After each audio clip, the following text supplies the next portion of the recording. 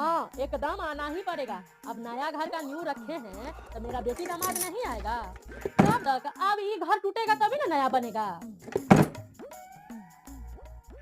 Mummy जी, हम क्या कह रहे थे, आप दीदी को जल्दी से फोन करके बुला लीजिए, कहे कि वो घर तोड़ने का काम बहुत अच्छा से जानती हैं।